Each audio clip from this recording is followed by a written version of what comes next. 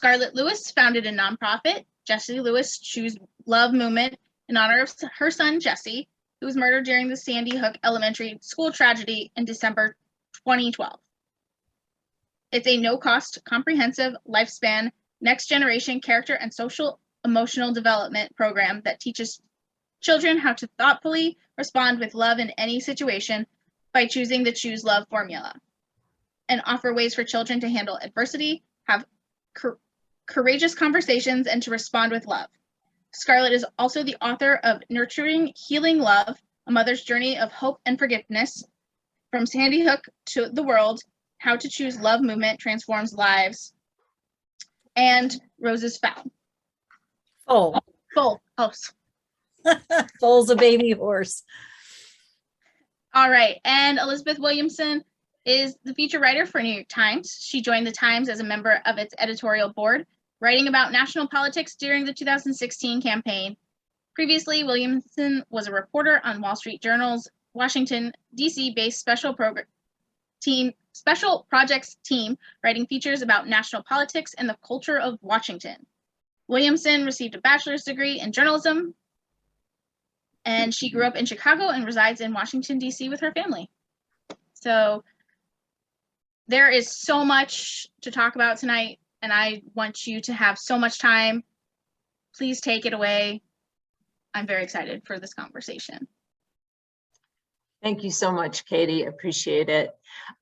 So Scarlett and I are just going to kind of, I'll give you a little bit of an overview of the book, and then we'll just sort of launch into things. So I first began investigating this book in the middle of 2018 when I was, when I learned about the first two families, which were the parents of Jessie Lewis, so Scarlett Lewis and Neil Heslin, and Lenny Posner and Veronique De La Rosa, who were the parents of Noah Posner.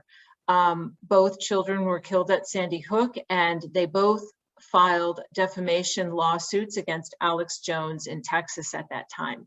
So initially I thought this would be an interesting test of the First Amendment and what kind of speech it protects. Does the First Amendment indeed protect speech that subjects other people to threats or harm, and speech that moves over the internet almost with the speed of light and inspires people to threaten and to torment vulnerable people like the Sandy Hook families. But I swiftly learned through Lenny Posner, who has a tech background and has a very intimate knowledge of how social media speeds these false claims, and how social media algorithms actually help people to access them, and selects people who, you know, are conspiratorial by nature and feeds them this content, so greatly exacerbating the problem. And I realized through Lenny that Sandy Hook actually is a foundational story of how misinformation has taken hold in our society. So from Pizzagate to QAnon to Charlottesville to coronavirus myths and anti-vax falsehoods to the 2020 election and to the January 6th insurrection at the Capitol, these were all said in similar ways. And it was no surprise to someone like Lenny that this followed this through line from Sandy Hook to January 6th. So I tell the story through three families: Jessie's parents, Scarlett and Neil, Lenny and Veronique, and Robbie and Alyssa Parker, whose daughter Emily also died at Sandy Hook. And I talk about how they handled this in different ways.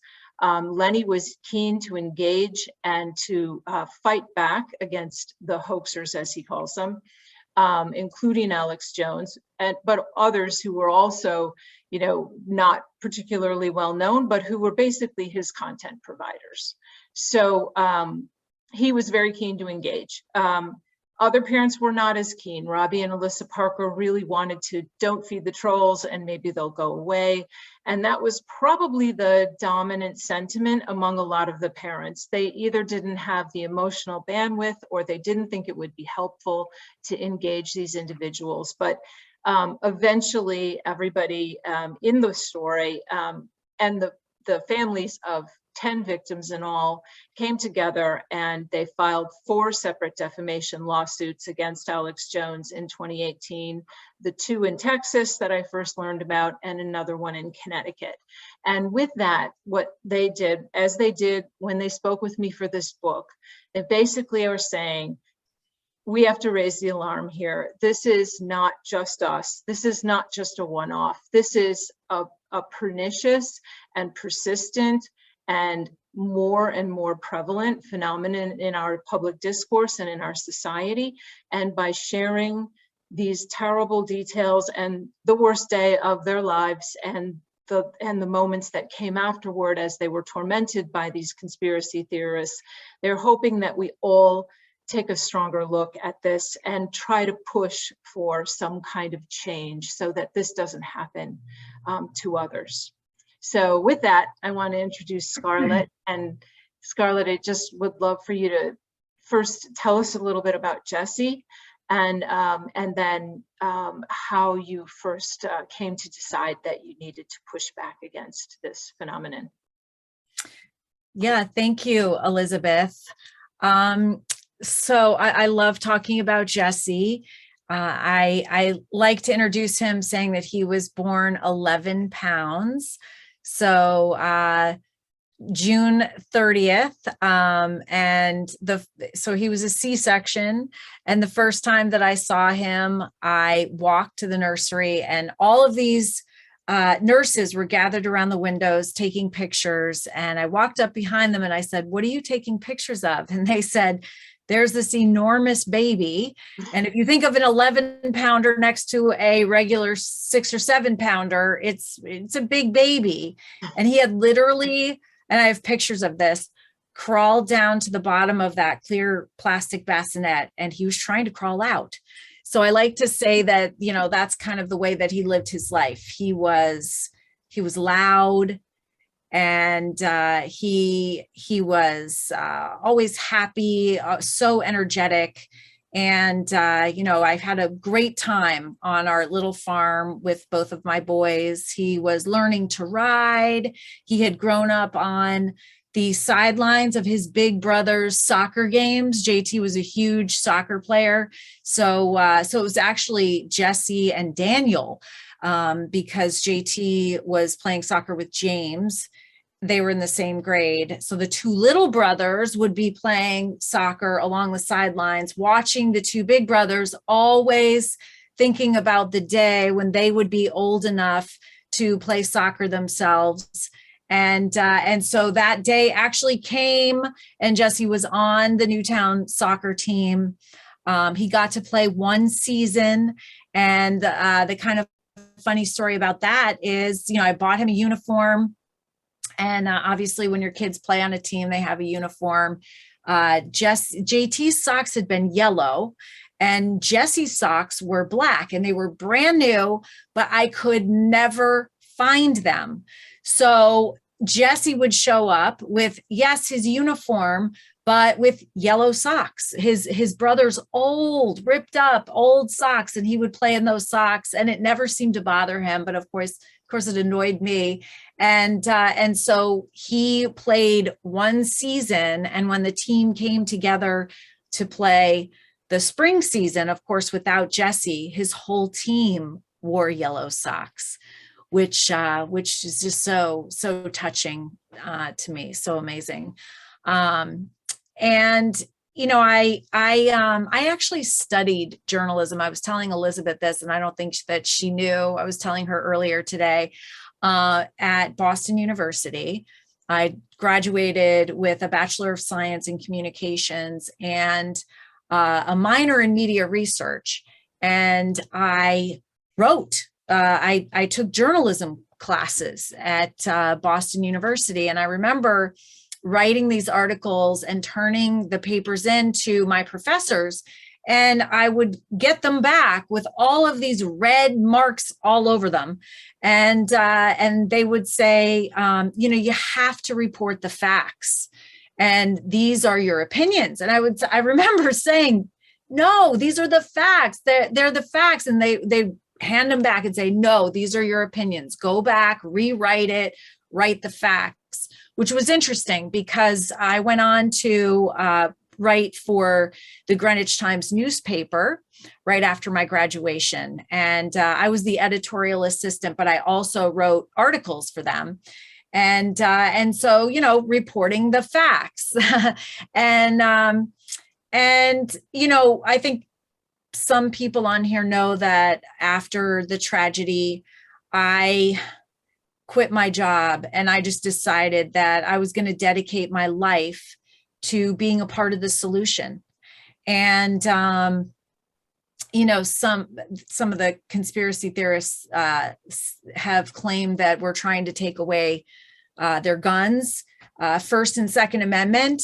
But of course, this has absolutely nothing to do with that. I actually wasn't against guns. And although there was pressure for the Sandy Hook parents to do gun control, we didn't do it. Because for me, I was, trying to figure out, I knew that this was preventable, but how would we do that? Well, gun control hadn't worked up until that point. My son was dead. And we've had 350 school shootings since then, and more guns on the street than ever before, and over 350 school shootings since Sandy Hook, unbelievably. So I took a different path. I decided that I would address the root cause of the suffering that led the school shooter, the Adam Lanza, the recent graduate of Newtown school system. I would address the root cause of why that happened. And I was directed by Jesse's message of his chalkboard message. You held up the book, and that's the cover of the book, Nurturing Healing Love. And Jesse wrote these 3 words on our kitchen chalkboard shortly before he died. It was incredible.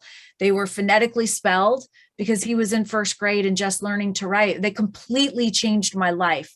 I knew that for me, if the shooter had been able to give and receive nurturing, healing love, the tragedy would never have happened. And it was so simple, but simple isn't always easy. And I saw that as Jesse's way of saying, hey, this would have prevented. And so literally every day, all day long, for the past 9 years, I have been spreading that message through our programming. And so really dedicating my life to making sure that this doesn't happen to other parents, because it doesn't have to, because it's 100% preventable. So I am dedicating my life to keeping kids safe, keeping them well, physically, mentally, emotionally. I'm out all the time doing this, providing free programming. And then, there's somebody that's saying and perpetuating this complete and total lie that it never happened. And so that is so counterproductive to the safety of our children. And it is our responsibility. Can you imagine, as a parent, sending your child to school? I mean, it's where they're supposed to be by law, but you send them to school, as Jesse's dad says, with a book bag, and then they come back in a body bag. It's incomprehensible to me still. And so, saying that this didn't happen is not helping. It is hurting. And for me, you're either part of the solution or you're part of the problem. And we have a big problem today, and that is school shootings. And so, for me, Alex Jones is a big part of the problem. He's not a part of keeping our kids safer. In fact, he's a part of not making them safe, because he's perpetuating this lie. And so that's really why I realized I had to be a part of this, because his perpetuation of this just utter falsity is keeping our kids from being as safe as they can be in schools. It's impeding progress for sure.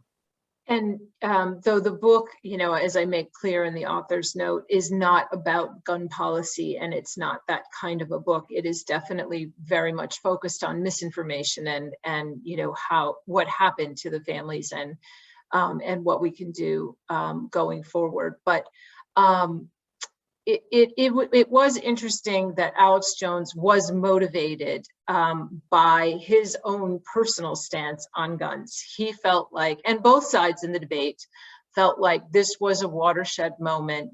This absolutely brutal, heartbreaking killing of so many people in Newtown was a watershed moment for gun legislation. So both those who were opposed to that and those who were pushing for it really felt like this was a pivotal moment. And that seemed to fuel some of the theorizing that was happening on Alex Jones's side. Hours after the shooting, on his show, he was saying, this is the media will hype the living daylights out of this.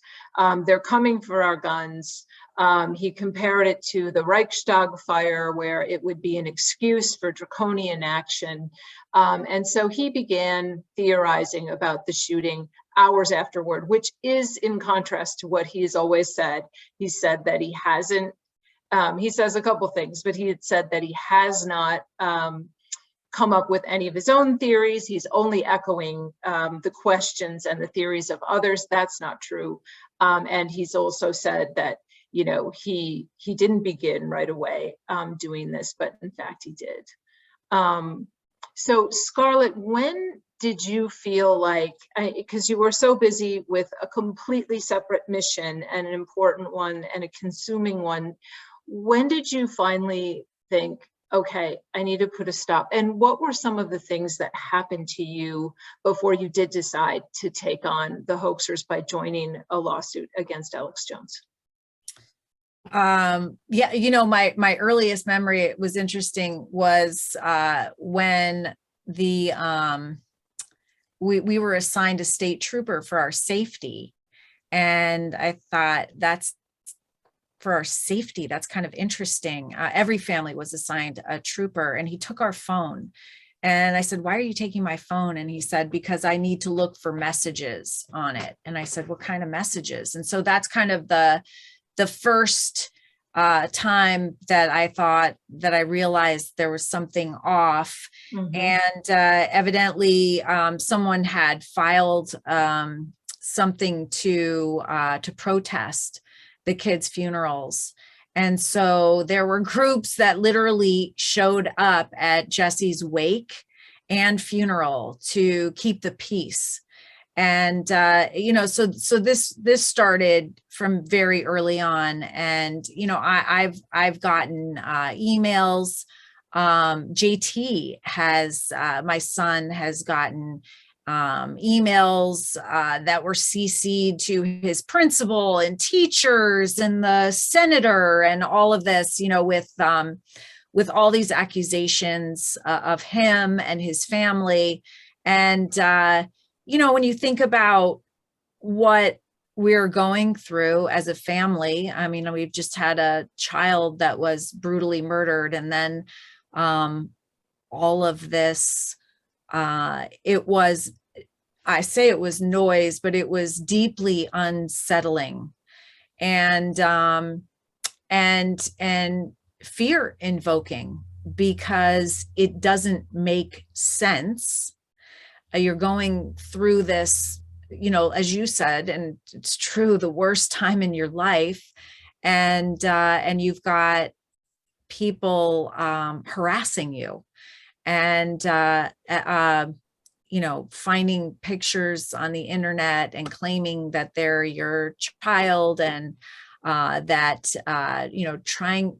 picking up photos from Facebook pages and misidentifying them. And at one point, I think somebody identified, they used like a friend and a brother's name and somebody's middle name, and they put it together and they said that it was somebody else. And it's just like, there has to be a more productive way for you to use your time.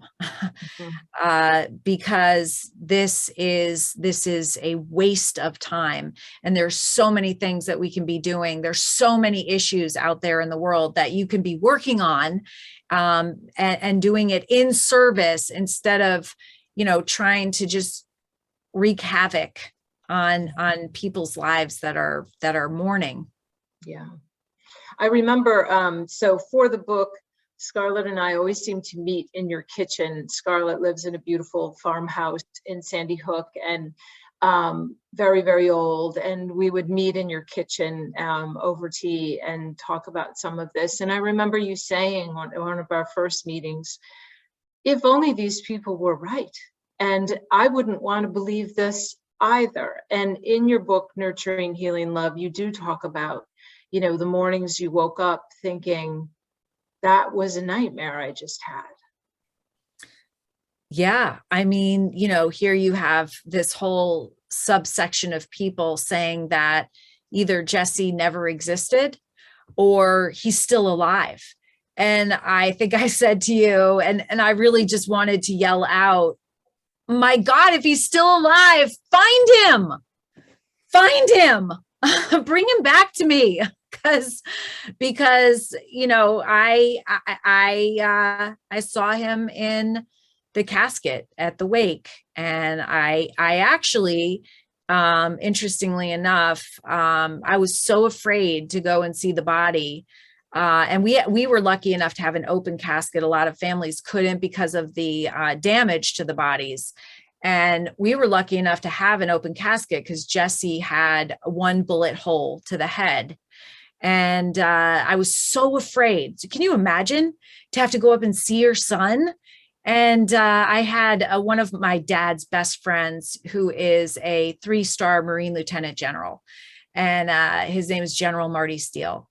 He walked up to the casket with me and we both knelt down. And he said to me, it was interesting because I was so afraid. And I thought they did a very good job with Jesse, and he had some shrapnel, a little bit of, cuts and bruises and stuff, but I couldn't even really see the bullet hole. It must've been, like right at the hairline. And Marty wept. And he said, I recognize these wounds from the battlefield. And of course, Jesse's first grade classroom was a battlefield. And you can understand, like, someone saying that didn't happen is so counterproductive to keeping our kids safe. And I've always said, I have so much compassion, actually. I mean, I have compassion for Adam Lanza, because I know that hurt people. And I have compassion for these people even that say that it didn't happen. Can you imagine not being able to accept reality and having to create this false reality where something like that didn't happen? And wouldn't it be nice if those kinds of things didn't happen? But let's see, it's happened 350 times since Sandy Hook. Yeah. And many of those generate the same kind of theories. Those subsequent shootings. The one thing that we talked about that I learned in writing the book that I didn't know was that some of the earliest conspiracy theorists were young moms who had children that same age, who, they weren't nefarious, they didn't have ill intent, they just couldn't face, and Lenny in the book describes it as a kind of PTSD, that on the part of Americans. I think we can all remember where we were when the shooting happened. And for a number of parents, particularly these young moms, they were there for anybody who could tell them, whether it was on a website or a Facebook page or a video, that this didn't happen. But those people quickly fell away. They were convinced. Lenny, met with them separately, actually, and they became some of the most committed volunteers in his effort to get this hoax content taken down from the web. But that left then this hard knot of hardcore conspiracy theorists who gathered online. They got a lot of psychic income from this, and they got some real income too. They raised tens of thousands of dollars to fund their quest for Sandy Hook truth, as it were. And they gathered online and they reinforced each other. They circulated their theories, they embroidered them. It was like a crazy quilting circle where everybody contributed a little bit to the massive hoax that they were building, you know, and this crazy theory. So every tiny thing that happened, an error in the reporting initially, or, you know, the fact that porta potties showed up on the scene when you had the place was teeming with parents and family members and first responders and media, and somebody probably just thought it would help to deliver those to the parking lot outside the firehouse where people were getting news of their loved ones' fates. But that became, to one particularly pernicious hoaxer, Wolfgang Halbig, a kind of smoking gun, proof that this had been planned in advance and all eventualities had been taken care of. So these crazy details that people seized on and built this hoax material around. But you had a couple personal experiences with Wolfgang Halbig, who, just to let everyone know, he's profiled in the book. He's a former Lake County, Florida educator. He spent 1 year as a state cop when he was young. He parlayed that into some kind of investigative sort of resume for himself.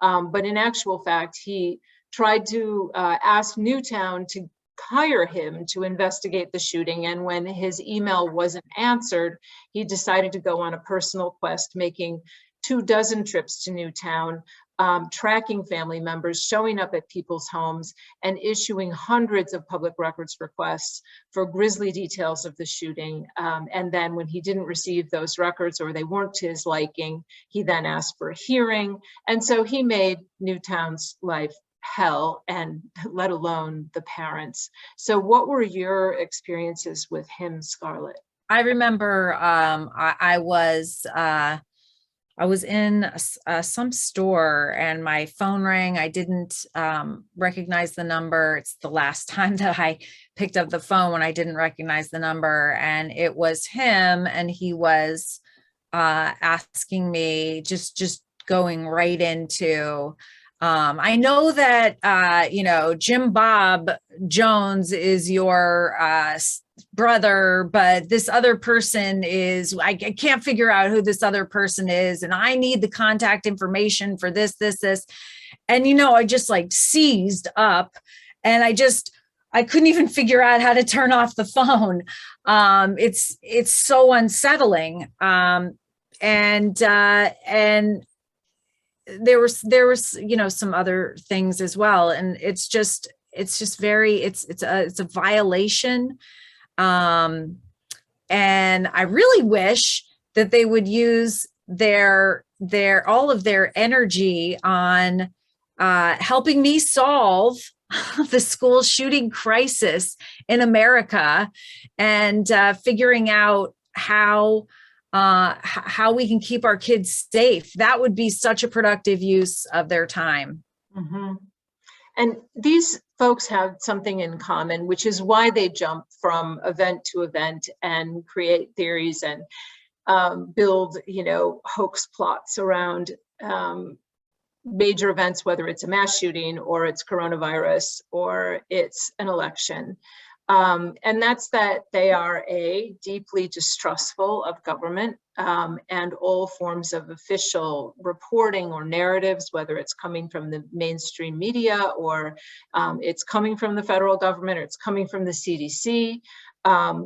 Those sorts of narratives and information and facts are actually intrusive to them, because as I mentioned before, they built this sort of social group. There was a bond among these people who gathered online. Most of them had never met each other in person, but they were, you know, these are the isolated people that probably we all have in our families, right? The you know, the person who, you know, would buttonhole you at a family reunion and share their JFK theories or say something about the moon landing or whatever. And you know, when Lenny confronted them, he actually had some of those doubts himself as a younger person and thought, I might understand their mindset. So I'm going to try and convince them and show them the records of Noah's life and death and his school reports, his postmortem exam, all of these things to try and convince these individuals. And they treated him not only like he was unwelcome with that material, so not that he was satisfying their questions. They had such a bond among themselves that he was a threat. He was a villain to them. He was interfering with something that meant a lot to them and the thing that was binding them, which is why, you know, and it's not politics. You know, these people don't really select along, although some of these theories are more prevalent, maybe among the far right. Certainly the 2020 election lie was, you know, obviously those were a segment of Trump supporters who believed that. But it's actually someone's psychology that's more indicative of whether or not they will pick up on these theories and defend them, and whether they will defend them with confrontation or violence. And I don't mind questioning. Mm-hmm. You know, I think that questioning is healthy. You can question to a certain degree. And then when you have the facts given to you, like Lenny, you know, I wasn't really aware of all of the effort that Lenny went to even work with these conspiracy theorists and to try to prove to them that Noah existed. I mean, he gave them his birth certificate. Now, I also had an email requesting Jesse's birth certificate, and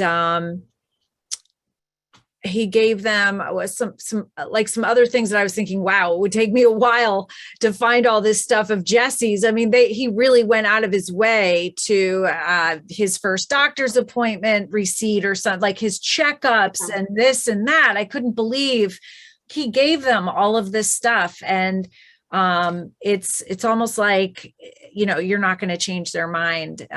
They see what they want to see, and they want to see. And I've always said too, like, wouldn't it be like a much better story, alternative? Wouldn't it be more palatable for people if this was fake? You know, I mean, how does this happen that 20 first graders are murdered in 2 first grade classrooms and 6 educators, like in Sandy Hook Elementary? It's still shocking to me. And I completely understand why those young mothers didn't want to believe it. I don't want to believe that we live in a country that just lets it happen. I mean, it doesn't just let it happen. A lot of people are trying to keep it from happening, including me, except it continues to happen. And it's shocking. It's shocking to me. It's shocking to me that we might wake up tomorrow and there'll be another school shooting. And we kind of expect it now. It doesn't even surprise us anymore. And you know, but it can't be a part of a conspiracy to take away guns, because it's not working if it is. And violence spiked 30% last year. There are more guns on the street. So, you know, it's not working. Right. That is the ultimate, you know, I mean, the idea that the unbelievability, the absolute fantasy involved here, because as everyone would recall, you know, President Obama had just been reelected after, you know, in December of 2012. Newtown voted for Mitt Romney. So the idea that an entire town, a kind of, you know, hyper-democratic town, New England town like Newtown, all got together and coordinated to pull off a seamless plot in which, you know, the world's media were invited to investigate the brutal killing of 26 people.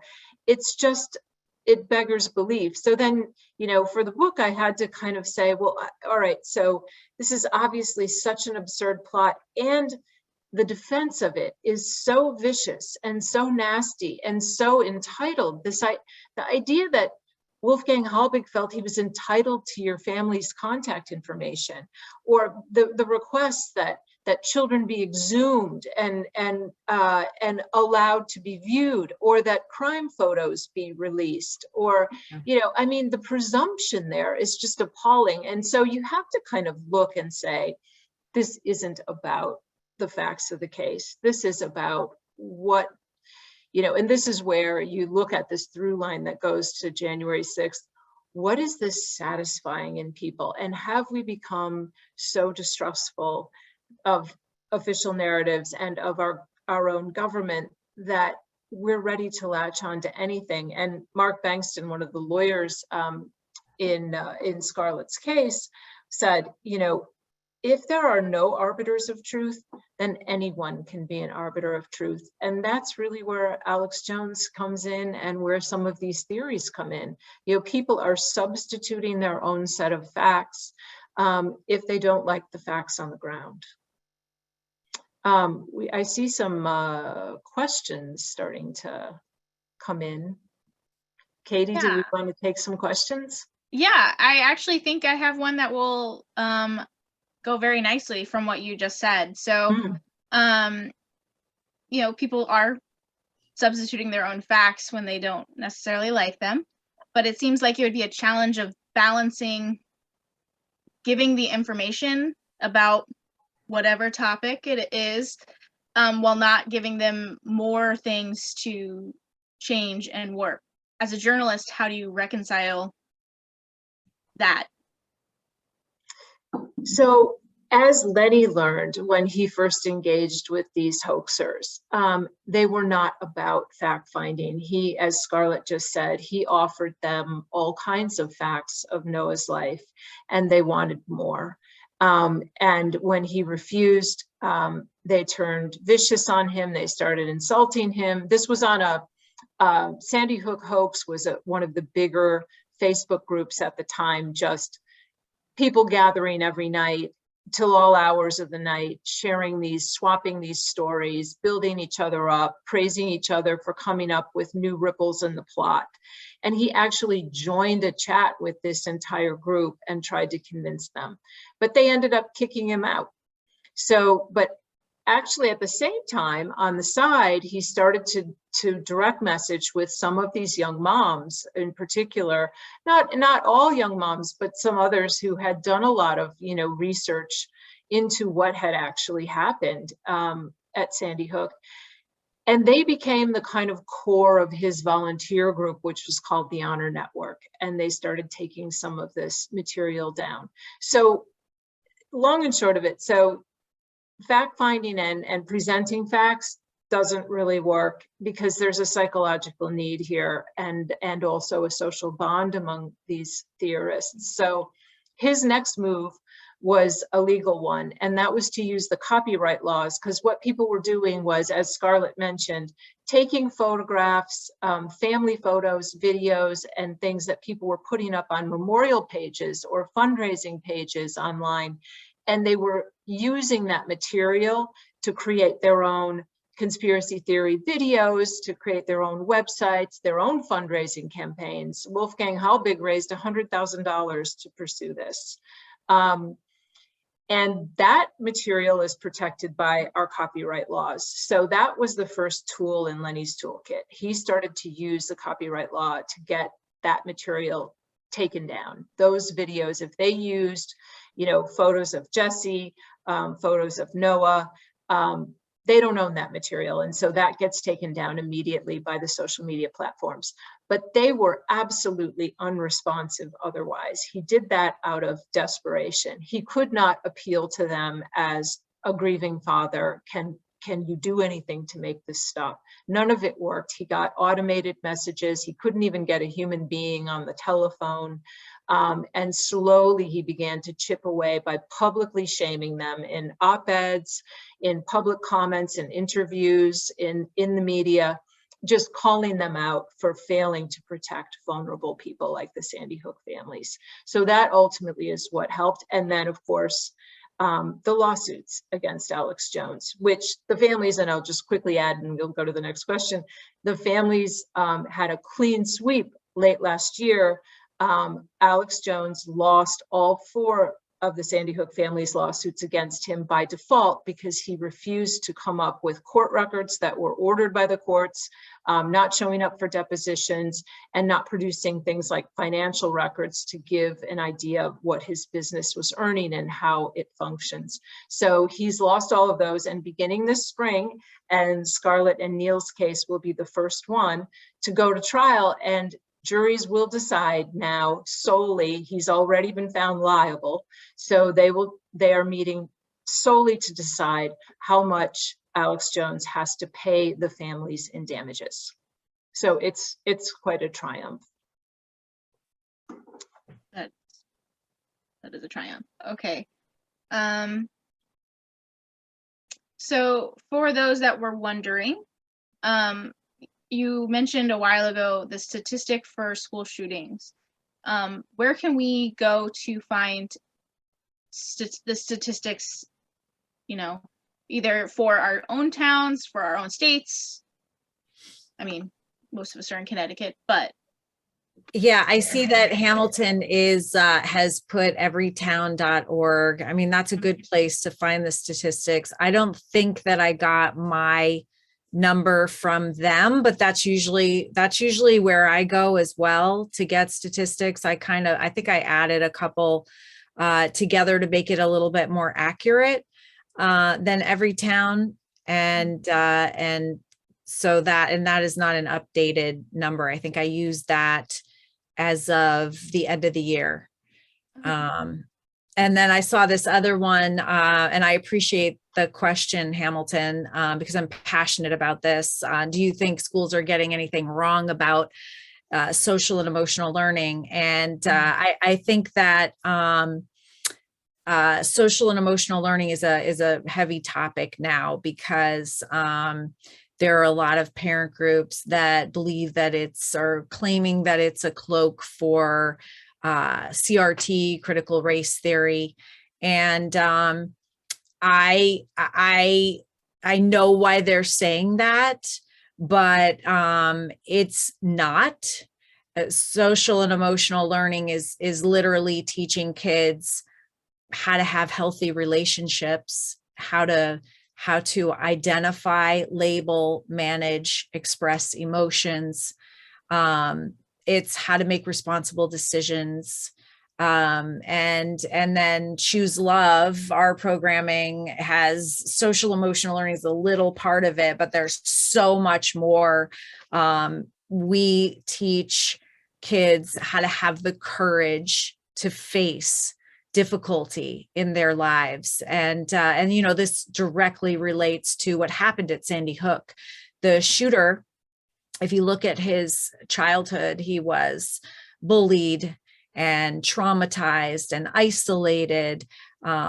He had some other issues, and he did not have the coping skills or the emotional intelligence to be able to face the difficulty in his life. It was very painful. And so that pain turned into rage over the years. And so addressing the root cause for me means giving kids the coping skills and the essential life skills that they need to face the difficulty, the pain, the hurt that we know they're going to face. I mean, we don't want to face difficulty and pain. We certainly don't want our kids to. We'll do almost anything to keep that from happening. Still, they're going to.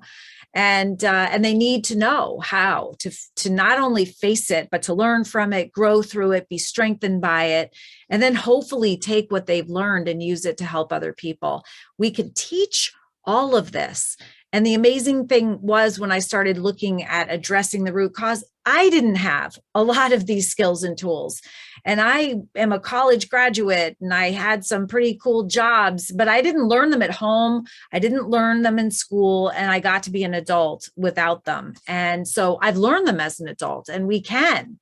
And so that is how I decided to really live the rest of my life, is in service and making sure that these kids grow up with this information so that whatever happens to them, they can move through it and use it to their benefit. That's beautiful. Really.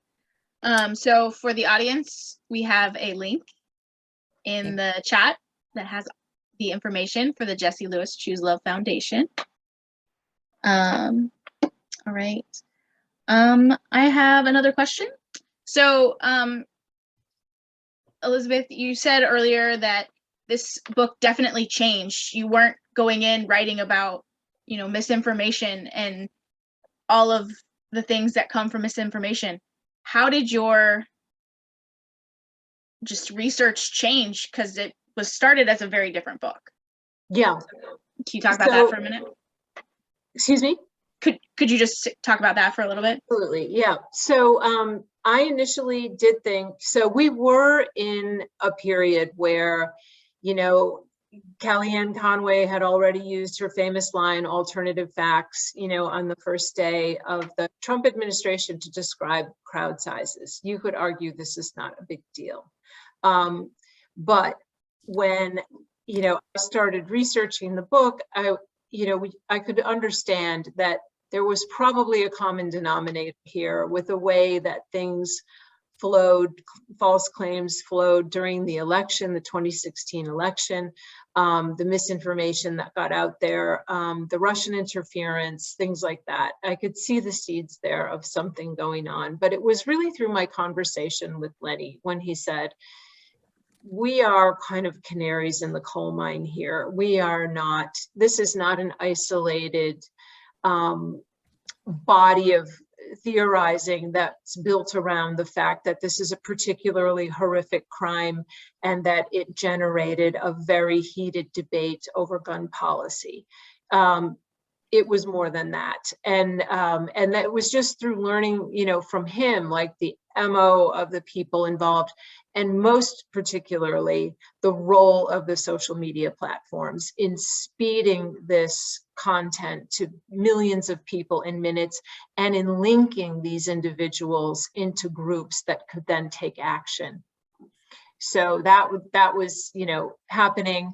And at the same time, we had Pizzagate. Comet Pizza, where the gunman showed up, is right down the street from where I'm sitting.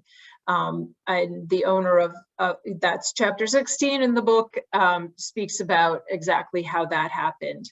Then I wrote the book during coronavirus and all the myths that had sprung up around coronavirus and, you know, and masking and vaccines. And once again, vaccines, the vaccine skepticism is again, something where it does not, you know, there is no political party that has a lock on that. You know, that the biggest vaccine conspiracist is Robert F. Kennedy, so Jr. So yeah, so that cuts across all political lines. So I started thinking about the psychology, and then I was finishing the you know, the last couple chapters of the book, and January 6th happened, but 2016 was kind of a watershed year in that was when the gunman came to Pizzagate, or to Comet Pizza after the Pizzagate lies circulated. That was also the year that Lenny got death threats and a woman went to jail for threatening his and his family's life. And it was also the year when a man approached Robbie Parker on the street in Seattle, 3,000 miles away from Sandy Hook. Years later, 4 years after the crime, this material was still circulating online to the point where a man saw him, recognized him on the street, confronted him, started yelling at him, calling him a liar and a profiteer. And that was when Robbie realized this is not going away. Ignoring this is not going to happen. And there is a through line here. I mean, you know, Elizabeth, you are an investigative journalist. You know, you've been to Sandy Hook many times. You've met with us. You've traveled all over. I read the book and I was amazed at how much research you actually did. And so I would think that it would help solidify facts. And Yeah. I don't know. Yeah.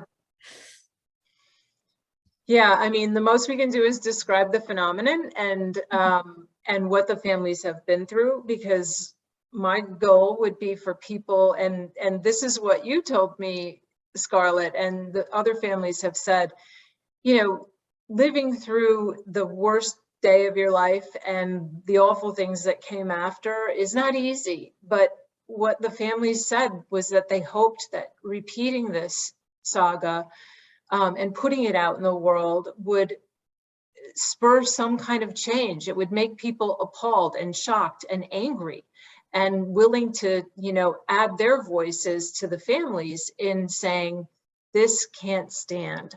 Without arbiters of truth, anyone can be one, and that is just not survivable as a democracy.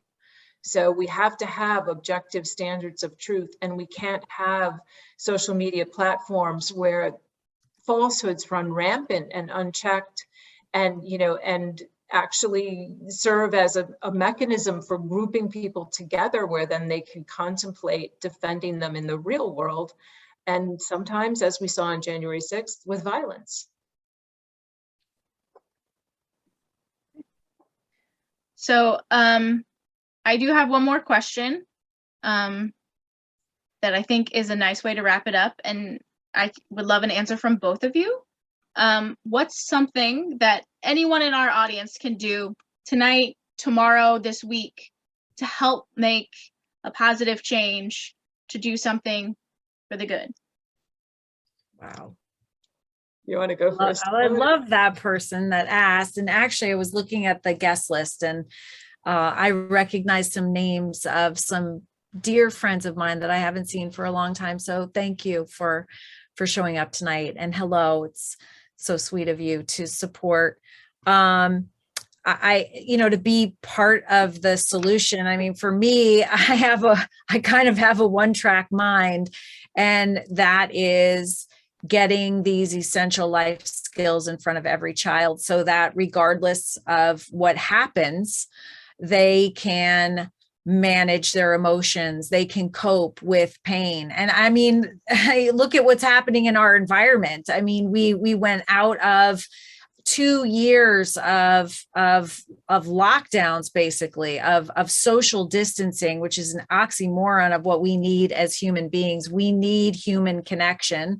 So we just came out of this low or high level anxiety. I mean, we're all grieving. We all lost so much during that time.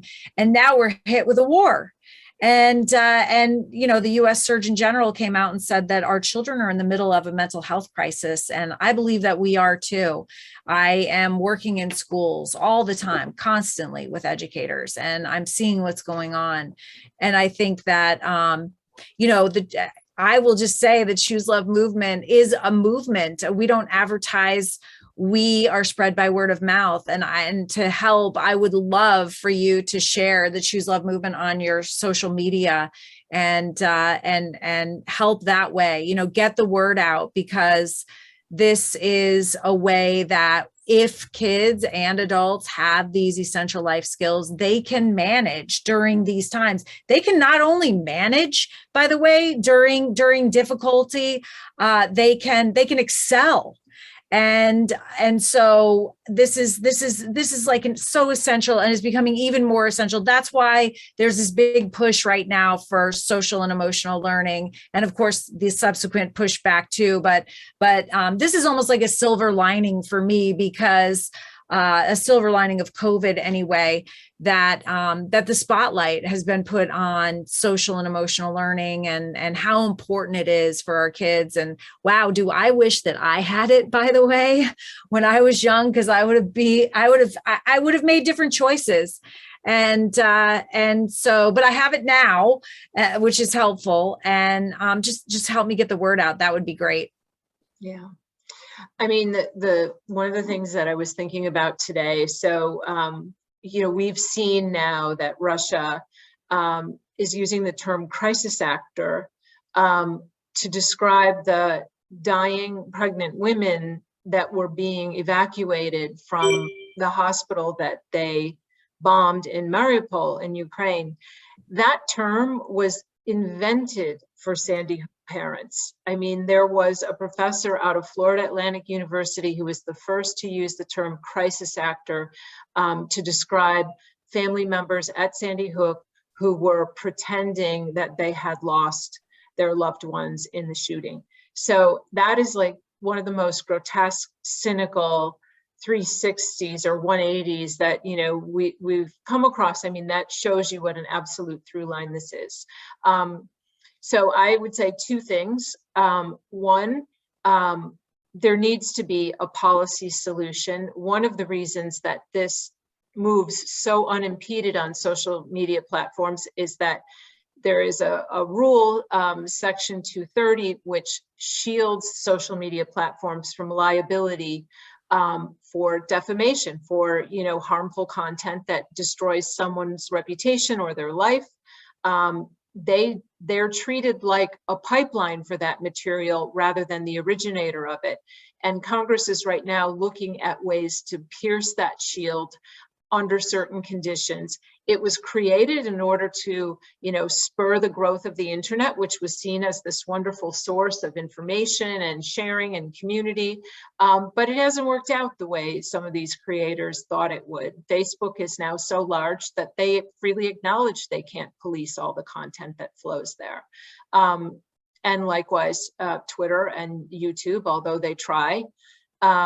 So there needs to be a policy solution, and that's something you can push for in Congress. And I think the other thing is teaching skepticism. And Scarlett, you know, Choose Love is a wonderful thing to teach people. I mean, it involves such a lack of empathy to be able to imbibe this content, go after these so-called villains in your plots. I mean, you're missing something. That when you can't think of these people as human beings, as suffering people and grieving people. So that goes back to Scarlett's point. But the other thing is skepticism. And, you know, there is a chapter in the book in which I describe some research that's being done and some progress that's being made, teaching people to recognize conspiracy theories and their elements before they buy into them, to report them more frequently, and to refrain from spreading them. And there is some very promising research going on in that area, and people are successful. It's really hard to shake people from these theories when they hold them. But if you can get to them early, and then finally, I hate to put everything on the youngs, but, you know, the generation coming up is really much more savvy than a lot of the people who helped to spread this myth in the first place. And they're much more skeptical about, you know, being on social media and also on what they post there. So I think that that's also a very promising development. Well, thank you both for Sure. being here. There one more. Do we need to? Okay. Nope. No, Okay. we're good. All right. Hamilton's you. one of our superhero teachers. Shout out Oh, to Hamilton. fantastic. Yeah. So Hi, thank Hamilton. you. I know that we had an audience that was ready to listen today. So thank you for being here. Thank you to our audience members. Please remember to purchase your copy of Sandy Hook from RJ Julia or Wesleyan RJ Julia in stores or online. Thank you for being here. Thank you, everyone. Have a nice night. Thank you. Thank you so much.